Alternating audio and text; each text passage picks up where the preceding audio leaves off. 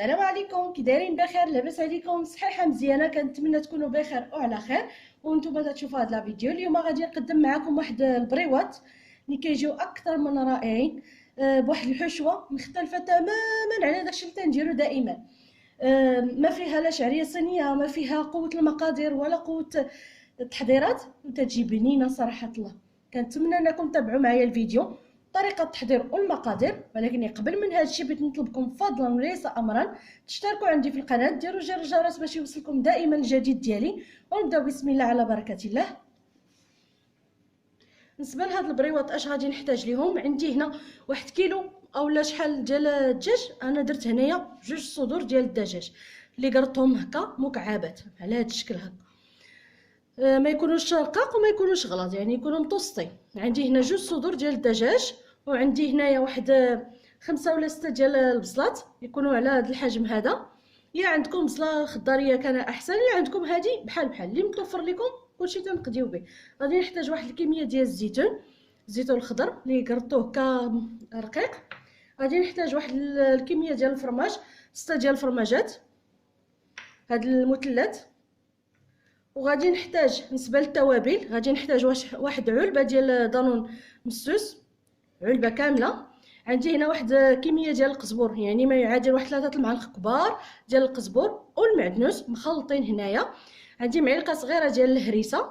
عندي هنا واحد نص معلقه اولا معلقه عامره صغيره ديال الخل ديال التفاح اللي متوفر ليه سميتو الحامض يضيفوا. انا صراحه ما لقيتش الحامض، داكشي علاش درت غير الخل ديال التفاح، حتى هو تيفتي هذا الدجاج تيخليه يجي هشيش. وغنحتاج واحد الكميه ديال الزيت النباتيه. عندي العطريه غادي نحتاج واحد نص معلقه التحميره، نص معلقه تاع البزار، نص معلقه السكينجبير، الملحه، الثوم. عندي هنا واحد 3 الفصوص ديال الثوم كبار حكيتهم. عندي هنايا العطريه ديال الكفته اولا اي عطريه نتوما تتعجبكم ممكن ديروها، تاع المروزيه تاع الدجاج اي حاجه متوفره لكم. انا هنا عندي هذه ديال الكفته بالعاني، بغيت نديرهم على هذيك الطيبه تيجي صراحه تجي هاد العطريه لذيذه في هاد التشرميله هادي. غادي نحتاج حتى هي واحد المعلقه شويه كبيره، يعني معلقه عامره. صافي ندوزو لطريقه التحضير. غادي نحتاج الخل، غادي ندير هنا هذيك المعلقه اللي قلت لكم بحال هكا. غادي نحتاج واحد نص 2 معالق كبار ديال الزيت النباتيه بحال هكا.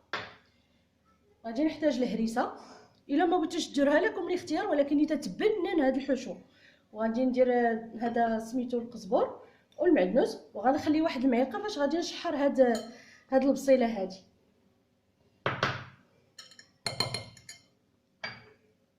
وغنحتاج واحد هذا سميتو 3 الفصوص ديال الثوم كما ذكرت معكم كبار. صدقوني هذه الحشوه عرفتي الا جربتوها ما غاديش تستغناو عليها، صراحه تجي رائعه وفي نفس الوقت لذيذه. كما ذكرت معكم غادي نحتاج معلقه ديال العطريه ديال الكفته بحال هكا، تعطيها واحد البنه ماشي رائعه هذاك الشيء كثار. والملحه حاولوا ما تكثروش حيت الزيتون مالح. عندنا هنايا الفرماج، وعندنا هنايا التوابل ديال الكفته تتكون شويه مالحه فيها مذاق الملوحه. غادي ندير بحال هكا واحد نص معلقه حيت ما عندناش هنا الخضر اللي غادي تهز علينا الملوح. واحد معلقه صغيره ما عمراش ديال التحميره، نص معلقه ديال السكينجبير، البزار تا هو نص معلقه. ودابا غادي ندير علبه ديال دانون مسوس.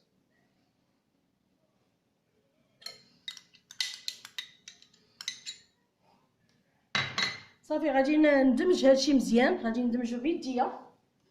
اللي بغات دير هكا سميتو، اللي بغات دير شي حاجه اخرى تعجنها به، دير ليكاتا ولا شي حاجه ديرها. انا صراحه نفضل ندلك بيديا. صافي غادي نشرملو مزيان وغنغطيه بواحد البلاستيكه وغنخليه تتشرب ليا هاد العطريه مزيان. ومن بعد غادي ندوز نشلط هاد البصله رقيقه، غنديرها رقيقه. ومن بعد غادي نديرها تنشحر هذا. المهم ها نتوما معايا باش ما ندوخكمش.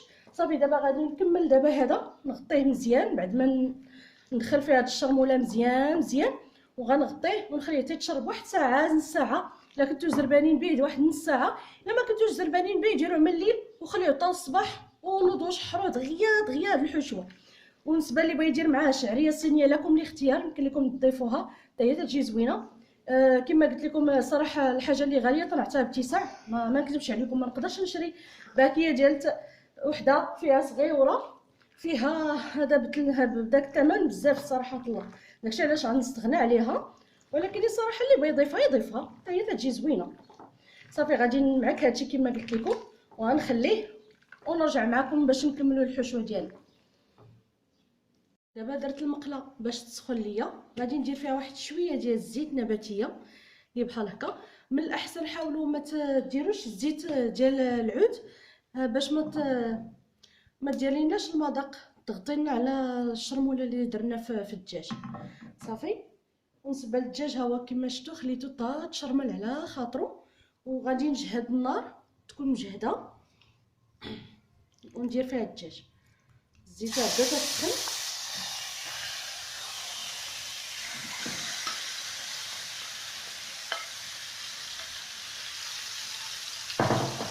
صافي غادي نخليها تشحر على خاطرها. منين تشحر ليا نرجع معاكم.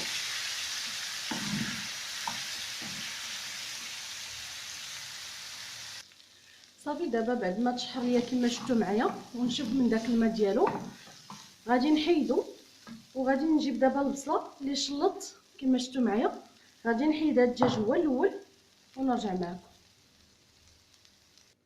ونفس المقله غادي ندير فيها واحد شويه ديال الزيت النباتيه باش تشحر ليا هاد البصيله، ونخليها تشحر على خاطرها. انا ما غاديش ندير فيها مازال العطريه لا والو، غادي نكتفي فقط بهاد الشرموله اللي كاينه في المقله. وإلا خاصني الملحه هي اللي غادي نزيد، غادي ديك الساعه نزيد لها القزبور ونزيد لها ما تبقى ليا هذا الزيتون والفرماج. المهم هانتوما معايا. صافي غادي نغطي عليها، ما غادي ندير فيها لا ماء لا والو، نخليها طيح طيب على خاطرها باش ما تبقاش مكنزه.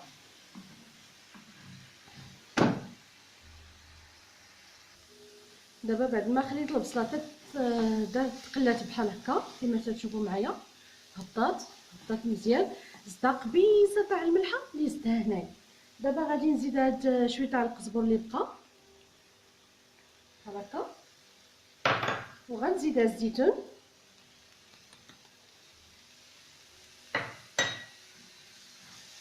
ونخليهم يتشحروا مع بعضياتهم واحد شويه. ومن بعد غادي نبدا نزيد لهم هاد القطع ديال الجبن. صدقوني هاد الحشوه ضروري تجربوها صراحه الله، تجي رائعه. حتى نسبه الا بغيتو تزيدوا لها فرماج احمر او لا موتزاريلا لكم الاختيار، ولكن الصراحه هذا احسن مليون مره من الفرماج احمر ولا موتزاريلا. تجي صراحه الله رائعه وبنينه وكريميه، والحشوه ما تجيش ناشفه.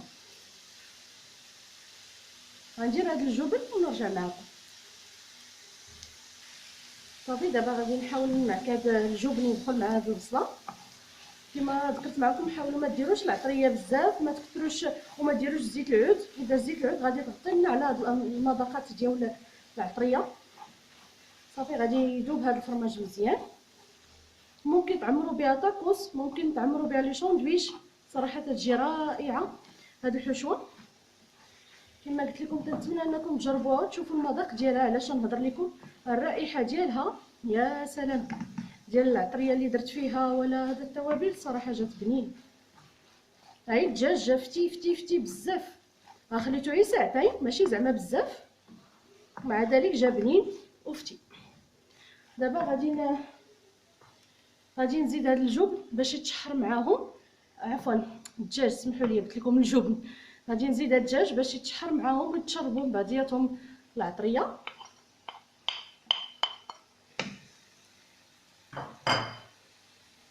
صافي دابا غادي يبقى ليا غير هذا نطويهم، غادي نخليه حتى تبرد ليا هاد الحشوه مزيان، تبرد مزيان، ومن بعد غادي ندوز نعمرها في البريوات اولا عفوا في الورقه ونلتقاو ان شاء الله.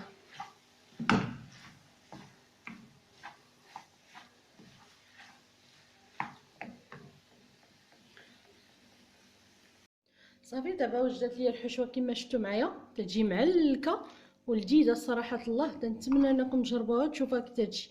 هانتوما صافي بردات دابا مزيان. الورقه ها هي عندي، هذه الورقه ديال البخار بالنسبه اللي بغا يصاوبها في الدار لكم الحريه. انا كنت شريت ديك المره كيلو وقسمته، درت كيلو كل نص كيلو بوحدو ودرتهم في الفريغو. وقت ما تنبغي بريوات بحال هكا ولا شي حاجه تنصاوب لهم حشوه وتنجبدها من الفريغو تنعمرها.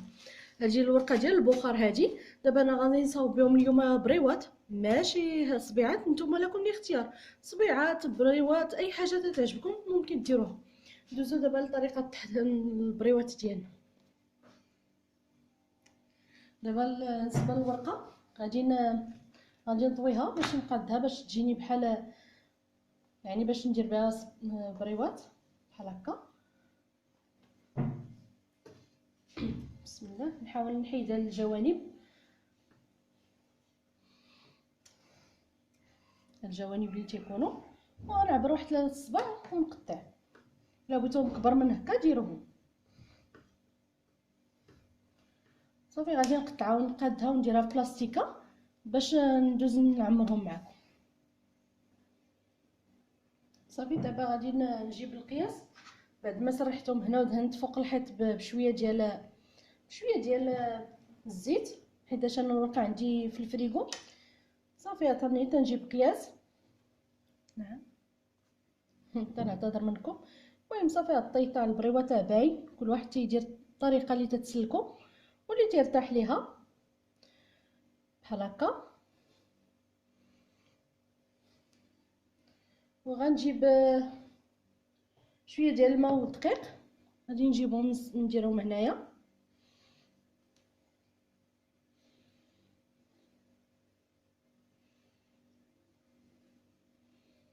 واخا بلاتي اسمحوا لي غادي نعاود معكم واحد اخرين حيت الدراري تليفوني. المهم غادي ندير القياس ديالي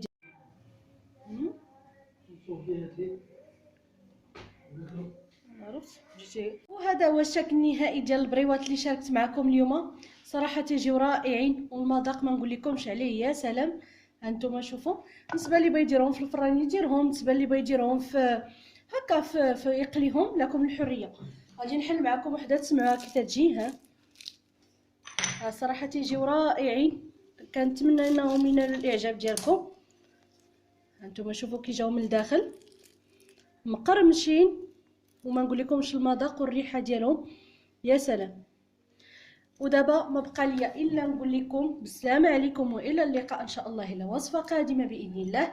شكرا على المتابعه والى اللقاء.